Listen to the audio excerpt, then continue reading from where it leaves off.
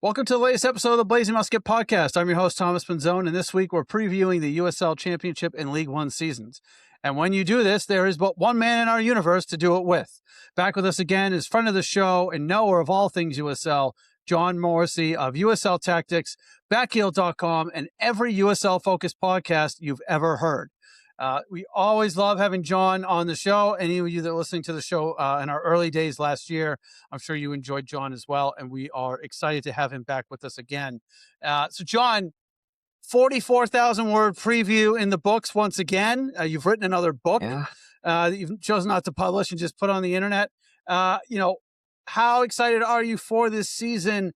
Even with all the questionable things that are surrounding it on the outside. Yeah, I mean, a stressful start to the year for sure, but there's honestly nothing like the start of the season, getting the games, everything you've been thinking about for months on end finally becomes real. Like, that's the best feeling. Yeah, no, absolutely. I do just want to touch on, because we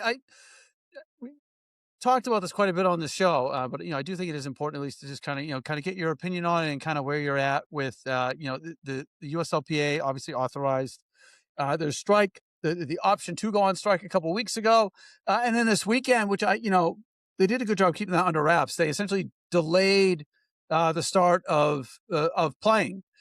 So it was kind of like that Monty Python philosophers football game skit from 40 years ago, where they all just kind of walk around the field, pontificating. So what did you think about that? And do you think that this is this just, is this the first step? Is this, are they going to progress here? And I mean, how do you think this is all gonna come to pass over the next couple of weeks? Yeah, so I think it's about 2 weeks ago now when they authorized the strike, and that obviously does not mean games aren't being played. It gives the PA's leadership the ability to say, if we think the league has stopped negotiating in good faith, cool, we're going to strike. So now it becomes, what pressure can you put on the league to make these concessions, get a deal over the line? And the best way to do that is to take the argument to as many people as you can make if you're the USLPA. And they've done so pretty effectively through online channels and social media. But there's nothing like, there were more than 60,000 people that attended USL games over the weekend. All of them got to see players standing there for a full minute. Most of them are behind their backs, trying to make a statement about the fact that they feel like they are not being treated fairly. And for my money, I think that does put pressure on the others. The fan reaction to this whole situation has been pretty pro-player throughout. Mm-hmm. And for good reason. When you see the stories about some of the conditions these guys are going through, when you think about trying to live on a minimum salary that was, $26,000, that boggles the mind. Now we're at this stage, and they're talking this week once again, where it's just getting a little bit closer every time. There is the possibility of a strike. It seems like the momentum is there, because at the end of the day, it really would be harmful for all parties involved. And both parties really do want a solution, even if there are incentives on either side that have made it difficult up to now. Yeah, absolutely. I mean, it seems like the owners and the clubs and the players have a lot to lose from games not taking place. I mean, I feel like the league would have a little bit, they'd have a little bit more leeway, because we talked about this last week, where if those gate receipts aren't coming in, if you're not selling, if you're not selling food, if you're not selling merch, like to the individual teams, that is their biggest opportunity, to make revenue, or for some of them, maybe it might pretty much be their only opportunity to make revenue. But I was wondering how many, because we talk a lot about like people that follow the league day in and day out would be aware of. But like, do you feel like there was probably a large percentage of fans that turned up this past weekend, and just, it's not like the league, it's not like the teams are making sure everyone knows that there's an ongoing labor situation. So do you think that this was a kind of people getting exposed to, well, wait a minute, what is this? Why these guys aren't playing? And then they go and they do a search on, what's going on, and then they start to find out. Do you think a lot of people are getting this information like for the first time just now? Absolutely. I mean, it's very easy for people who are deep into the soccer internet to think everybody is this passionate. The majority of people who are going to a random USL game on a Saturday, it's a family with a kid who's playing youth soccer. It's a couple just looking to kill some time. It's not that hardcore person who's subscribed to backheeled.com. So they show up on opening day, they see that, and it's exactly what you're saying. They're Googling it, they're now understanding the issues. And to me, again, that probably does curry more favor for the players, honestly. Yeah, I mean, I think most people's natural inclination is to take the side of the players. I mean, that's kind of where, that's kind of where I was at. And I haven't seen anything or heard anything to make me think otherwise. I mean, we had Connor Tobin on the show, and it's like it's a pretty convincing argument. I don't really know, the league occasionally seems to put something out there to refute it or say, well, things are actually, look, we're being very reasonable, and then the union hits back almost immediately and is like, well, actually, let's break. I mean, they literally broke the whole thing down, right? I mean, it's impressive what they're doing, but I agree, like you said, it has to get to a wider audience, at some point where if it's 3, 4, 5, 6,000 people, all of a sudden becoming aware at the same time of what's going on.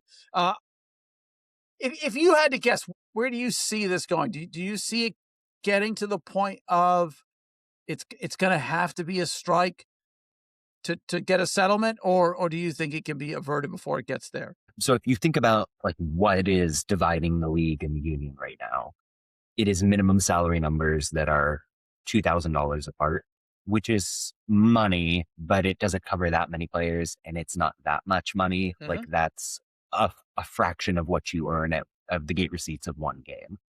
The league wants to add entry level contracts. So think about like a rookie coming out of college could earn less than the minimum. I guess there's ground to negotiate there, but how valuable do the clubs really think that is? That's up for debate. There are some issues relative to healthcare and the guarantee of certain premium coverage and elevated standards, where I think there could be a little bit more room for intransigence. And then the group licensing rights, where the league pay the players a lump sum, and then they could put them in a video game, use their likeness for any sponsorship. The amount of money trading hands there is up for debate. I think there's a pathway forward. Maybe it's rose tinted glasses on my part. And we've mentioned it, but the extremity of what a strike would mean for all parties involved really feels like it's incentivizing both sides to come to the table here. Yeah, yeah, yeah. I don't see how anyone can really stomach that. The players, I mean, they're not on tons of money as it is. So, like, what are you gonna do? All of a sudden, you stop getting paid, and then the same thing for the clubs. From what we understand, a lot of these clubs are losing money anyway. Like, so, All but one is the common knowledge. Yeah. oh my god, that's crazy. I mean, that is, Yeah. yeah, that is crazy. But look, John, we could talk to you for an hour about that. We could talk to you for probably another hour, hour and a half on the article that came out in the Guardian today about how the league functions. But again, I'm sure people will be able to keep up with all your thoughts on both those issues on going forward. And again, look, I think everyone here is just hoping that they find a way and everybody comes away happy enough that there's no resentment. Yeah. So that the next time this comes around, it's not okay. This is it. This is we're going scorched earth this time around because we're not happy with what happened last time. So yeah, tough stuff for everybody involved for sure. Okay, so let's just assume there's no strike, everything goes according to plan, and these seasons are played out. Uh, in the USL Championship, we saw the Pittsburgh Riverhounds. They finally go and win the whole thing last year. And we know that Louisville, again, talking about some of this off-field stuff, while occasionally struggling with some off-field things, nevertheless, were the top team at the end of the regular season. How are they looking going into this year? Do they look like they're going to come back and pick up where they left off, or there possibly some cracks? Louisville has gone from strength to strength. Well, I have them number one in like my preseason power rankings. I think they're going to be in the title mix. They did lose some key players, like they sold their best striker for $100,000. They lost a couple defenders and goalkeepers, and they just replaced them all pretty easily. I would argue they're probably deeper year over year. I feel very comfortable about where they're at. Pittsburgh, a little bit of a different story. They've never been a high budget team, and traditionally their best two or three players have always kind of ended up somewhere else. And that really recurred this offseason. Their Sean Suber, who was an all-league defender, went to Charleston. Eric Dick, their goalkeeper, who was probably the most important player on the way to the title, he's gone to Indy. And there have been good replacements in the back half for sure. Like Victor Souza coming in from Revs too. I like a lot. They've got some young college kids, which is kind of the recruiting MO for Pittsburgh, but it's going to be an adjustment. And it's also the first year in what, 8, 9 seasons where Bob Lilly isn't the manager at the start of the season. So it is a bit of a regime change for them. I still think this is probably a playoff team, but a repeat feels like it's probably too lofty an expectation. Yeah, yeah. I mean, I think you bring a good point there. Like okay, they've been able to do really well on a budget, but you can only go that well so many times, right? I mean, it's tough, right, on a Right. limited amount of money, even in this league. To well, okay, some guys left, but hey, no problem, right? We've got a pipeline here. We know what we're doing. We're going to replace them. But going back to Louisville, I mean, what is it that allows Louisville to do this? Where, like you said, they're able to. Some guys leave and they don't really seem to skip a beat. Is it just their? Do they just nail the recruitment? Are they operating on Is it a budget thing? Like, what allows them to to be sustainable in the league where it doesn't always seem like that's possible? Yeah, and I don't have access. Nobody publicly does to the particular numbers, but word on the street is that they're kind of mid high, like not blowing people out with the budget stuff. It's really just the culture that Danny Cruz has been able to build there. They're very precise about the kind of player they want to bring in, and they're good about making the sales pitch of, listen, we're going to put you in the spotlight of playing winning soccer. We've got a history of moving players up the ladder overseas to MLS. That's appealing to players at this level. And so you think about the guys they got, it's a lot of kind of younger up and comers like Quincy Herman, third year. He played for Colorado Springs. He was good. He feels like he can take the leap. Chris Donovan was kind of a tweener for Philadelphia Union, really too good for Next Pro, couldn't get consistent MLS minutes. Now he's going to be the guy for Louisville. And if he follows the path of other strikers traditionally, that could eventually get him a move to MLS where now he's valued a little bit differently. They're just good about doing that sort of thing over and over again. Yeah. Do you think that that's a bigger separator if these guys are weighing up offers from multiple teams? Not so much maybe the money. Maybe the money isn't that much different from one team to the next, but it's more of okay. If I go here, yeah, okay, I might have to take 5,000 less a year or 10 or whatever it is, but these guys have shown that they can provide opportunities for me to move on elsewhere. Like, do you think that's a bigger differentiator to a player than again a little bit more money? We're not talking about these guys getting offered a $2-3 million contract.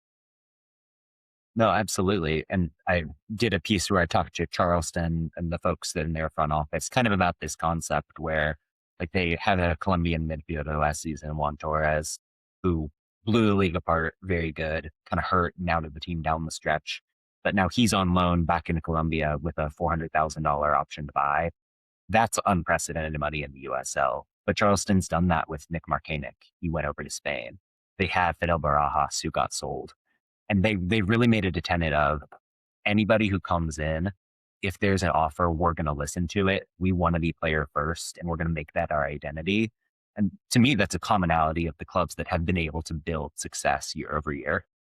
Yeah, yeah, no, sure. Because again, it doesn't happen for everybody, right? So the guy might come in and maybe not just be quite good enough, but okay, he's still a really good player for us. But he knows if that offer that that he thinks he can't turn down comes in, we're not gonna, we're not gonna stand in the way. So if Louisville, right, picks up where they left off, if Pittsburgh maybe takes a little while to get going, what other contenders, do you see in each conference, the Eastern Conference, Western Conference? Is there anyone else that to you just kind of stands out with what they've done in the offseason as like I can't see how these guys aren't at the top come the end of the season? Tampa Bay is the clear pick for me in the East. They kind of had a tumultuous 2025, like changed coaches midway through the year and decide we're going to go get Dom Casciato from Union Omaha. He's probably the best coach that's ever coached in USL League One, but Casciato didn't really have his guys last season. And Tampa Bay was also in the midst of an ownership change. Like in accordance with the Rays, they got sold to a new ownership group kind of based out of Jacksonville that clearly has a lot of money because Tampa Bay spent big. It's a good mix of kind of a League One all-star team, like lots of guys who have killed it in the third division and a couple of known stars from the championship. like MD Myers, who was in the Golden Boot race last year, for instance. And then they come out opening weekend, they're playing Birmingham, rain delayed game, and they really just throttle them. Like it kind of backed up everything you thought was going to happen in the offseason. So I don't see a world where Tampa Bay is outside of the home playoff spots at a bare minimum. And I probably would call it a two-team horse race with them in Louisville. I think the West is a little bit more wide open. Lexington is fascinating because of unprecedented spending. They became the first team to ever drop $100,000 on a USL player when they bought Aaron Malloy from Charleston. And then they did it again to get Philip Goodrum from Louisville. So they've really gone kind of Galacticos style within the USL. There are some consistent teams to consider as well. Like FC Tulsa won the West last season, both in the regular season and in the playoffs. They sold Taylor Calhera to Sporting Kansas City, and that's a huge loss for them. But I trust the process there. And then Sacramento Republic kept their defense together, got a little bit younger everywhere else. They're going to be in the mix. But that the West feels a little bit more wide open, which is pretty much usually the case as in terms of the conference breakdown.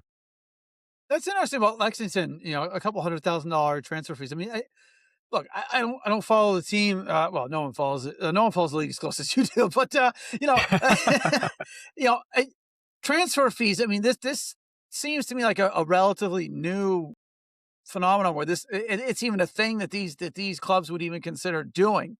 Do you think that's something we might see more of if it becomes more of, well, look, okay, we might have to spend 100,000 to get this guy in, but if he does really well, we might be able to then sell him on to somebody else and get like. Do you feel like, are they doing it purely for sporting reasons, or are they maybe doing it a little bit of a financial?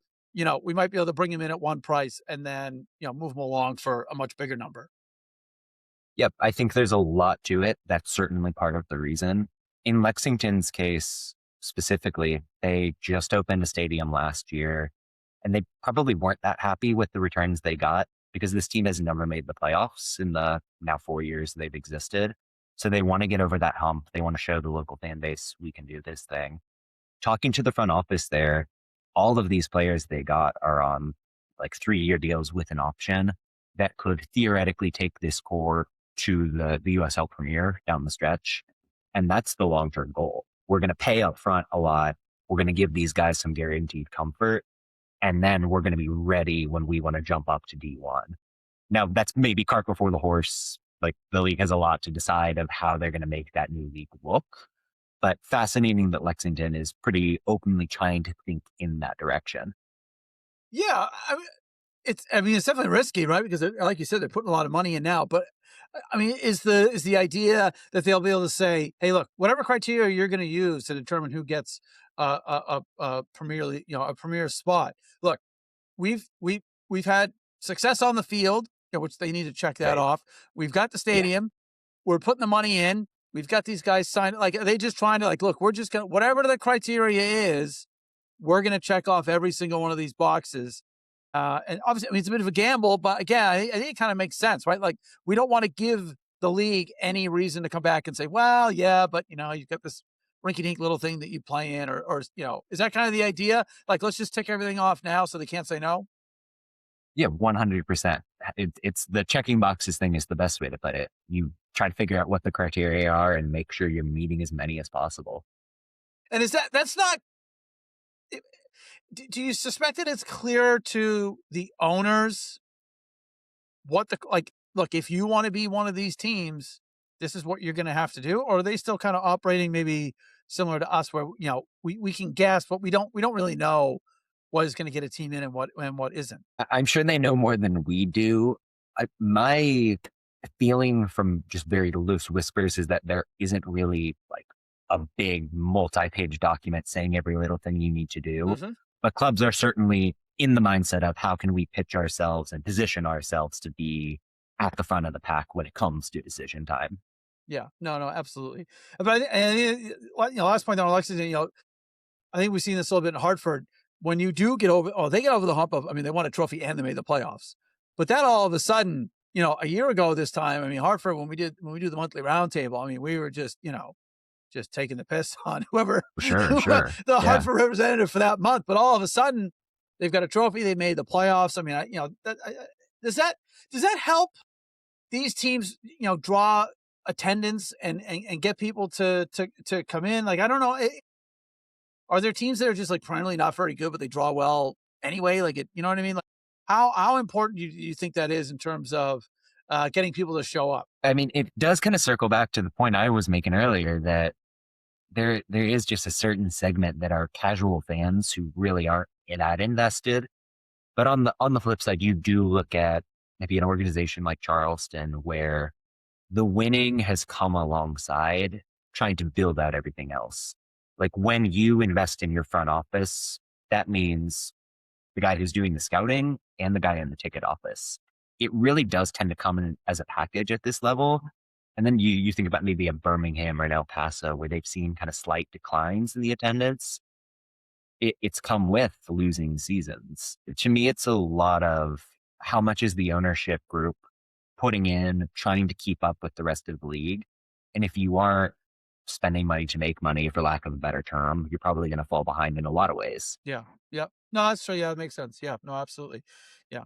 All right. Now, so in addition to Lexington, Sacramento, Louisville, and Tampa, are there any other maybe teams that are going through a little bit of a transition that maybe will pick things up as the season goes on? Either a large influx of new players, or a new coach, where there might be a little bit of a getting to know each other acclimatization period, but then maybe things will pick up, second half of the season. Kind of like any late blooming teams that might not, hit the ground running. Yeah, I've really got my eye on Loudoun United. They made the playoffs for the first time ever last season, but they had made this call in the summer and said, hey, Ryan Martin, who was our manager at the time, we're letting you go no matter what. They had an ownership change. They just decided they wanted 2026 to be a reset. So Martin goes off to Oakland, and that team's fascinating on their own. But now Loudoun is very much new era, a lot of new players. They've invested probably more than they ever have in this roster. And they get this coach, Anthony Limbrick, who his experience is in like Wales and Gibraltar and the fifth division of England, really kind of an unknown guy. Yeah. But the combination of that, but the real talent that they've got is fascinating. I, from the outside looking in, really do think it's going to come together, but they feel like the classic example of it's going to take some time to really get acclimated. Yeah, yeah.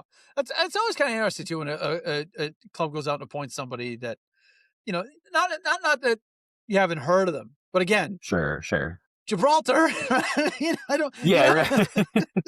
And that for him as well, right? Like, okay, you got to go somewhere where you probably know everybody in Gibraltar if you've been there long. There's only 30,000 people there, and the fifth division in England.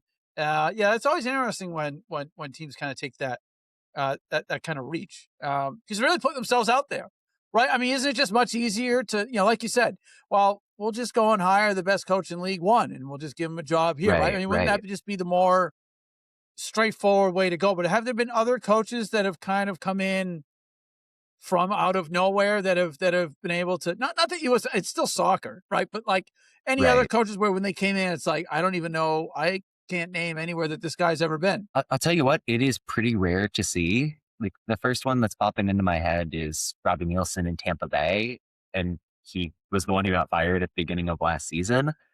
It's quite insular the way that a lot of these teams work. Like you're hiring from within the USL, you're getting an MLS assistant, somebody who's done well in Next Pro. And that's been increasingly more true as the years have gone on. So I kind of do like that Loudon has just decided, listen, we're taking a swing and trying something different. Yeah. Yeah, no, absolutely. And again, like I said, it's a risk, but that doesn't mean it won't pay off, right? The easy thing to do is just go and hire someone in the ecosystem that's already had success, for sure. All right, not for any particular reason. Is there any team in the championship that, let's say you're a Hartford fan, an RAFC fan, or Revs fan, your team's not playing, it's Saturday night, and you're looking for a game to watch. Is there any team that, for whatever reason, just kind of jumps out to you in the championship as, whenever I watch this team, I seem to really enjoy watching it for good reasons or bad? So I've got some recency bias because I've seen them twice. They're one of the only teams to play twice already, and that's the Birmingham Legion. And if you had asked me 2 weeks ago in the heart of the preseason, I thought they were going to be terrible. In practice, Jay Heaps has taken over as the manager, and he's maybe not somebody that I associate with this free flowing, really attacking minded soccer. And that's exactly what he's gone for. Like Birmingham is fun and dynamic. You don't really know what to expect. I think they might be a playoff team, which helps, but just on the eye test, like that's the best watch in the league so far for my money. Oh, that's an easy sell for us up here in New England. Obviously, we know Jay Heaps quite well.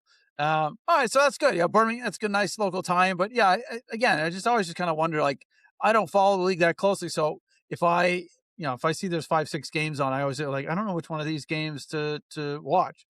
I tend to pick the one that ends up being a 0-0 and nothing happens, and Yeah.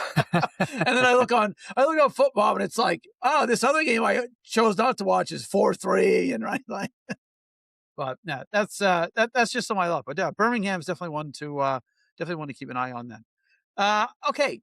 Before we get into League One, I just do want to touch it because this to me is kind of the crazy thing about the USL is teams are coming and going. Sometimes it's planned. North Carolina FC says we're taking a couple of years off. Georgia Tormenta or South Georgia Tormenta, they shut the lights off 2 weeks before the season begins. Do we have what do we have for new teams this year in the maybe not all of them, but like the ones that have come into the championship or League One that seem interesting, seem like they're in a good place. They kind of know what they're doing, and and should be able to get off to a good start. Yeah. I mean, Jacksonville operationally, they're killing it. They just started a team in the first division USL Super League, and they are blitzing the rest of the competition in terms of attendance. And I think they're also top of the table right now. I don't think the men's team will be that good. Like they might actually be quite bad, but they drew almost 11,000 people to the home opener over the weekend. They feel like they're doing everything right. So that's a team to watch. And then Brooklyn got a team in the USL Championship as well. They are playing out in Coney Island, where the New York Cosmos used to play late in their NASL days. They've got Marlon LeBlanc, who was really well considered with Philadelphia Union too, was their manager, and then went and coached. I think it was the US U8 teams, but I probably have the age group wrong. But he looks like the real deal and somebody that could climb the ranks pretty quickly if he succeeds there. Down in League One, 5 new clubs. I think 2 are probably catching eyeballs. One, the aforementioned New York Cosmos are back and I guess playing in New Jersey. So how New York are they? But just having that brand back in the league is probably a big deal. They've gone kind of away from what you would associate with the classic Cosmos formula of really being star driven. Like it's a lot of young players really trying to be New York centric with the recruitment. I'll be fascinated to see how they fare. And honestly, the expansion team I'm maybe most excited about is Athletic Club Boise. Now, I don't think anyone would really assume Idaho is a hub for soccer, Uh, but Athletic Club Boise has been killing it. They've got a 7,000 seat stadium that they've built, eventually going to expand it to 11,000. They've sold 6,000 season tickets already. For reference, the most attended game in USL League One history got 6,400 people to show up. Boise might just have that every single week. Like they are a cut above, and everything they're doing operationally on the sporting side really feels like they'll be a title contender. So they're doing everything right over there in Idaho of all places. in Idaho. Yeah. Yeah, the guys are pretty excited about the Boise team. I'll take your word for it. The guys on Hey, the listen, guys on the round table, they get carried away yeah, sometimes. But if John Morrissey gives them the stamp of approval, all right, okay, then yeah. they must know what they're doing. But that is kind of the interesting thing that if you want to talk about like what USL has been able to get right is putting teams in places where you might not think there's going to be a huge amount of support. Like Portland, Maine. I mean, they have proven whoever, again, like we said so many times, whoever thought that was a good idea knew what they were doing. I mean, that has just been phenomenal what they've been able to do in League One. And it seems like potentially this Boise team has kind of hit on that again. Would you say that that's one of the, you know, one of the better stories that comes out of this league, or out of the championship, out of USL in general, is they have found a way to get teams in some really interesting places that are just doing. I mean, we've been spoiled here in New England with Vermont Green, Portland Hearts of Pine. Sure. I mean, they're just like the class of the league that they're in. But is that one of the brightest aspects of the USL is they've managed to go places that you wouldn't have thought anyone could be successful with a soccer team? For better or worse, yes, because there are some downsides. Like you think about the clubs folding, that is the risk you run. But for every Texoma FC, there's a Portland where the ownership group just gets it. They understand how to engage locally, what the brand needs to be. I think all of that applies to Boise as well. The more of that the USL can foster, I think the better off the league and the sport of soccer in America itself is going to be. Yeah, no, absolutely. I mean, I do. Again, we're really really fortunate up here in New England to have all the choices that we do. But that's been one of my favorite things about the league is they put about the USL is they put teams in again. Yeah, like you said, sometimes they put them in places where it didn't work out, but you don't necessarily know until you try, and I think you put Boise pretty high up on that list. That who would have thought? Just to go back to the Cosmos for a second, are are people around the league, that follow it closely, are they excited about the Cosmos, or is there more of a, oh yeah, okay, yeah, the Cosmos are back again, and they're not even, like what has kind of been the perception of them coming back into the fold? I think for their third, is it their third or fourth iteration? By my count, it's third. I think Third, there all are right. some people who think about the NPSL a little differently, but it's the third realistically. Yeah, it's been, and this is my take. I'm sure there are Cosmos fans out there who would be sad to hear this. It's been a little bit muted compared to what you would expect given the historical heft of the Cosmos name. That's not to say that they aren't doing some of the right things and they're building something sustainable. But I don't know. Like there's a real star power there that maybe you could lean into more. Maybe the league could try to leverage in a way that I don't think has happened quite yet. Yeah, because I mean that name is going to get attention, right? People are gonna recognize it. The jerseys, the jerseys. I mean, the jerseys are going. They're pretty simple, but it does kind of try to harken back to that classic shirt that they wore back in the '70s. Yeah, if they can make that work, I see that as a pretty good thing for League One overall to have that kind of that iconic name. In League One, whereas like you said, most of these teams, some of them aren't. They're not even more than a couple of years old. Um, so talk about League One. Are any of the League One expansion teams the Cosmo? Do you expect any of them to be among the contenders? And then who else are you expecting to see? Competing at the top of the table come the end of the season. Yeah, I think Boise's going to be in the mix. They, for my money, they've built a roster that maybe is championship quality. A lot of that relies on Nate Miller, their manager. He was the coach of San Diego Loyal in their final season before folding. He then went on to be an assistant for Real Salt Lake, I think, maybe Real Marks. In any event, now he's in Boise. And he took a lot of the guys from that final San Diego team with him, built with some really good pieces from within League One.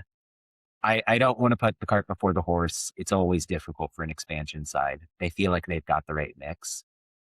I think the other two I would flag are Union Omaha and the Spokane Velocity. Omaha had the coaching change mid-season last year because Tampa Bay went and plucked their manager away, but they really finished the year strongly. They lost a lot of talent that got poached by other clubs, but they really rebounded. I just believe in what they're doing. That team has never been bad, so I'm kind of going on blind faith, but they've kept enough around to feel confident. Spokane has been to the last two championship games. They've lost both, but they've really kept the same core. A lot of their offseason movement has been pretty late breaking. Like they've signed two players this week. I know they've got at least one more guy with championship experience coming in. They're going to be in the mix for sure. The question to me, is Portland going to be there? that's the kind of fourth team where I'm halfway in, halfway out, but I think they've got the upside to be in the mix. Yeah, yeah. No. Yeah, absolutely. I Velocity. It. I just like watching. It's a great name. I don't really. Yeah, yeah. But no. It's always impressive. I think when a team like in League One can have sustained success because again we just know that the money on offer, the contracts aren't too long. Like it doesn't take all that much for a very good team to have the 4 or 5 key players just not there next year. And there's only so much you can do, especially where most of the players in League One, I'd imagine, are trying to look. They might be having a good experience, having a good Yeah. time, but if they're under the age of like 27, 28, I'd imagine most of these guys are look. If I get an opportunity to go to the championship, I'm going to take it, or maybe even the back end of an MLS team might look pretty good compared to to life in League One. Yeah, and I mean, you think about Omaha in particular, like they had a, I think, 33-year-old right back, Dion Akoff, who he'd been there forever, really a club legend. He got an offer from Tampa Bay and he was out of there. They actually lost, I think, 2 or 3 players to the Rowdies just because they had that connection. And yeah, if you're a Union Omaha player, a Spokane player, and you get a call from a championship team and you know what that means for your immediate pay, your prospects to keep moving up the pyramid, you are going to bite the hand off of whoever's throwing that your way. Yeah, yeah. No, absolutely right. I mean, you could be happy, you could be having a good time, but yeah, if somebody puts a good offer on the table, I mean, these guys all have short careers. So yeah, for sure. All right. So you mentioned, just finish up with League One quickly. Is there anyone that, again, anyone that you will make a point of watching, that we should also make a point of watching? And is there anyone that you're kind of concerned about that are they going to be able to have any success, or are they in real trouble in terms of getting people to come out to game? Like any teams in League One that we should pay attention to, and then anyone that you are a little concerned about their ability to to be around this time next year. I think on the be around question, Corpus Christi, who is a new expansion team, is probably the most obvious answer. I've just heard that it's a little bit shaky, and they've existed in USL League 2 previously. They wanted to invest and make the jump. Okay. They Yep. got a stadium sort of in progress, but they're putting the finishing touches on that. It seems like they built quite a good roster. They've got a great coaching staff led by Eamon Zayed. They aren't going to struggle on the pitch, but it's it's not always related in League One. Like you have a team like Toronto that was really hot down the stretch. I thought could have been in the title mix this season, and then they're folding 2 weeks before. The Corpus Christi is maybe the concern team. I think for watchability, the answer if you want something kind of weird is AV Alta. They are the most possessive team in American soccer. Like they just played their first game over the weekend and they kept 77% of the ball. 77. Nobody 77%. Yeah. Jeez. It blows the mind. They set the possession record last season. Clearly they were trying to do it again this year. Yeah. I'm not going to tell you they're actually good. Like they missed the playoffs. They are really bad about turning the ball over and then just immediately giving up a goal in transition. But they're unique for sure. Yeah. No, I mean that is extreme. I mean, I think once you get to 65%, Yeah. that's tough to maintain. But 77%, I mean, you usually only see that if somebody gets sent off and the other team doesn't come out of the penalty area. Right. Yeah, man, that's crazy. Where is AV Alta, by the way? Where I can't. They're California. Yeah. So that's California. Right. That's Antelope Valley, which didn't help me when the team got announced. I think it's a little bit north of LA.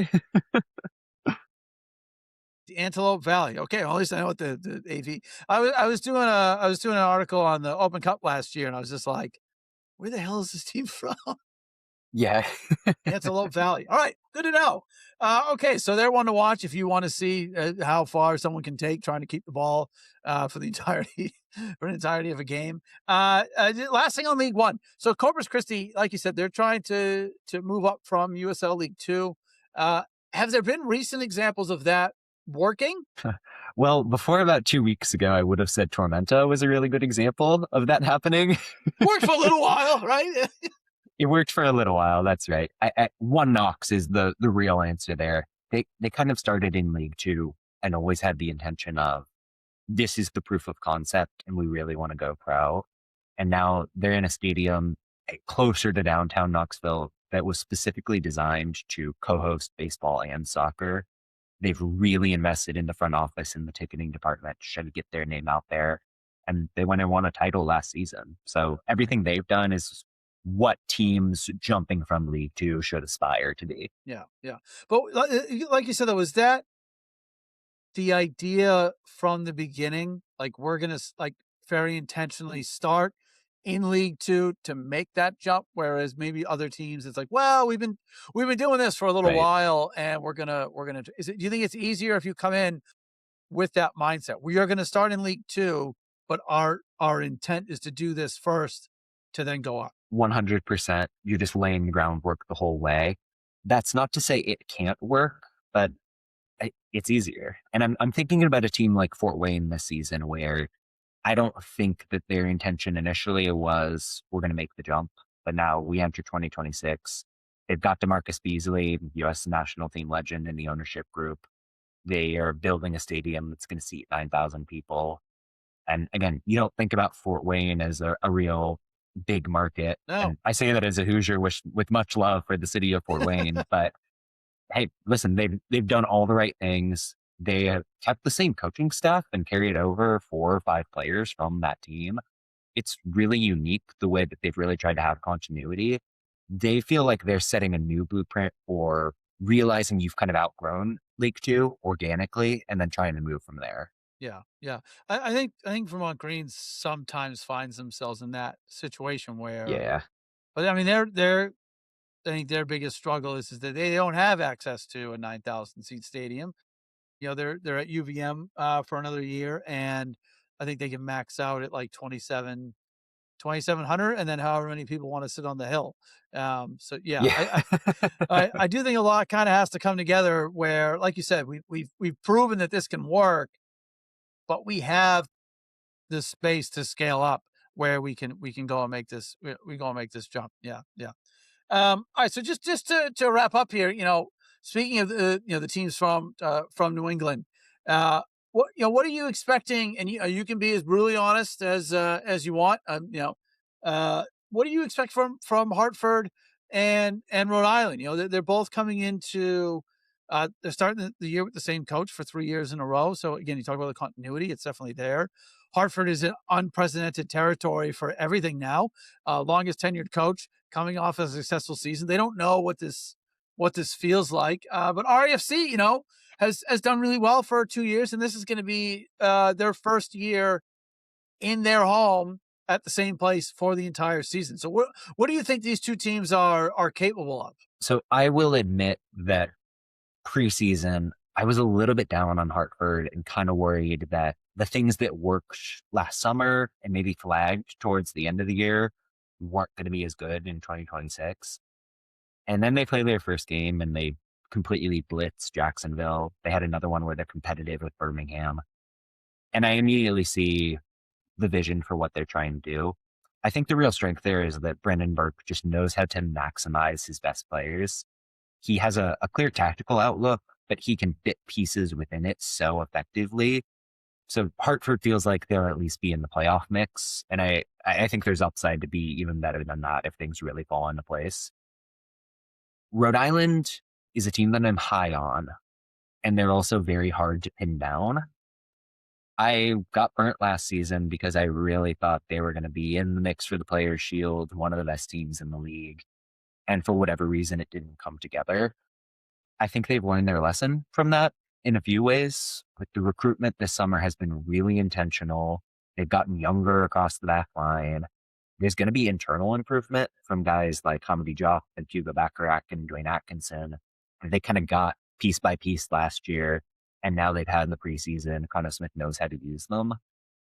I am bullish. I have them as the 4th seed in the East, just going preseason prediction wise. There is a world where the bottom kind of falls out and they're scraping for a playoff spot, and I think that's unlikely. Yeah, Matt Etrican talked about this a little bit that with Kano I don't want to put words in his mouth because he'll come at me in a couple of weeks. But Sure. yeah, is there's kind of a sense that kind of like gets in his own way in big games where he almost kind of outthinks things a little bit too much. And it's like, you should really just go ahead and do what you did in the last game that got you a result. Just go ahead and do that again this week. And they talked about how, he really looks up to Pep Guardiola, and Pep occasionally has this thing too, right? Where he just gets so obsessed with finding the solution that it might actually just be play the team from last week. Do you think at what point, if Cano keeps delivering a playoff team, right? He keeps putting a competitive team on the field that figures it out and gets stronger as the season goes on. But when it comes to those critical games in the playoffs, can't take the next step. Do you think at some point they look to go in a different direction? Or do you just have to keep saying, look, if this guy is getting us in Eastern Conference semifinals and finals every year, we're sticking with him until he doesn't? I think if 2026 is a rerun of 2025, which is to say this team starts really slowly, kind of scrapes in as a low seed, and then has a plucky run, there are going to be some serious questions to ask.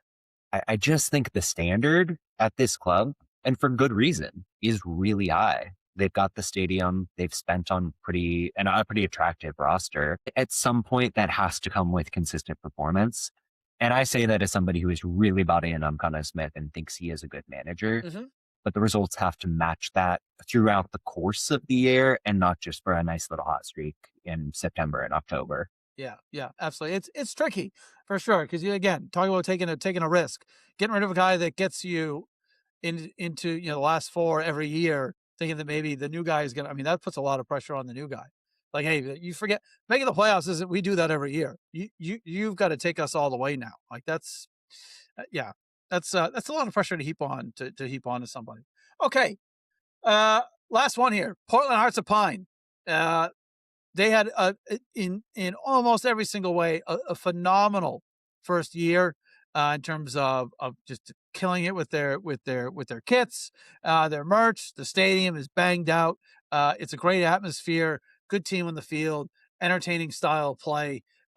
Just good vibes all around. Even getting started off up in Lewiston, Maine, giving the people up there something to be to cheer Yeah, for a yeah. couple weeks. I mean, is it? Are they is there only any way to go from here but down? Like, I mean, how can you come back and be the darling of a league again? Or like what do you think is going to happen? Yeah, I mean, off the field, there's no question it's just going to be going from strength to strength with what they've done there. And I was lucky enough to get up to a game. Yeah, Evan it's Ryan hard, is, right? it's unreal. Yeah, well, it's great when you're there, and that community just rocks around that team.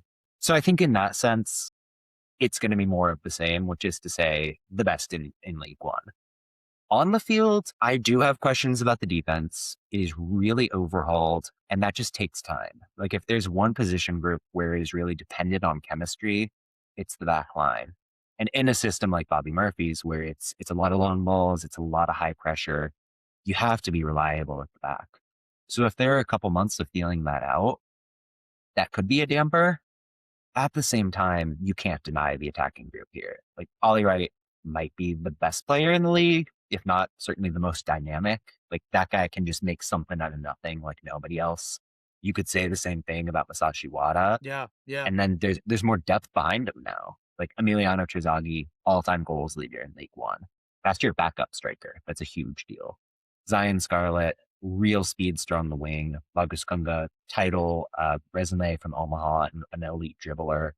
The ability to kind of mix and match amongst that group is really going to add a sharper edge. So I kind of mentioned it previously. I think this team is probably top four. The question, can they push to the Players' Shield? Can they go all the way in the playoffs? Going to rely on that defense coming together. Yeah. No, absolutely. I mean, look, I was only able to somehow get tickets to one game last year. But we had, I mean, it was just such a great time. And yeah, the style of play, I mean, I look, it's not AV Alta, that's for sure. But Yeah. but I mean, it's just enjoyable. It's just enjoyable just to see things. It's either going to happen real quick or it's not going to happen. So the pace of the game, I mean, it must be a hell of a time to be on the field. But it's great to watch from the sideline for sure. All right, look, John. We always appreciate when you're able to come on this show and share all your knowledge and insight with us. If people want to keep up with you in all the places that you are until we're able to have you on again, can you let us know? Where can they find you writing? What is the best social media platform to follow you on? And if you can name some of the podcasts that you make appearances on. Yeah, so I mean, I post anything I'm writing or talking about at USL Tactics on Twitter and Blue Sky. I try to be at both places because that's where the soccer community is at this point. Backheeled.com is what I would implore you to subscribe to, not only for the USL coverage, but MLS, national team, all of that. And this year, I'm doing a weekly column about League One in addition to the championship. So if you're a Hearts of Pine fan, I'll be talking about you every single time you play a game. So hopefully that's appealing. Podcast wise, I'm on the USL show every Tuesday night, talking all things across the league. So that's Super League, League One, Championship, CBA, whatever. And then kind of with the Backheeled team, we're doing a show called This League that is championship only, but really for the tactics nerds if you are into that. So yeah, follow me on socials. It's all there. Awesome. Awesome. Awesome. And John, again, it's always a pleasure to have you on the show. We really, really do appreciate it. We hope that this season goes smoothly. All the games are played, and we can have you back on over the summer to check in and let us know how everything is going. Yeah, absolutely.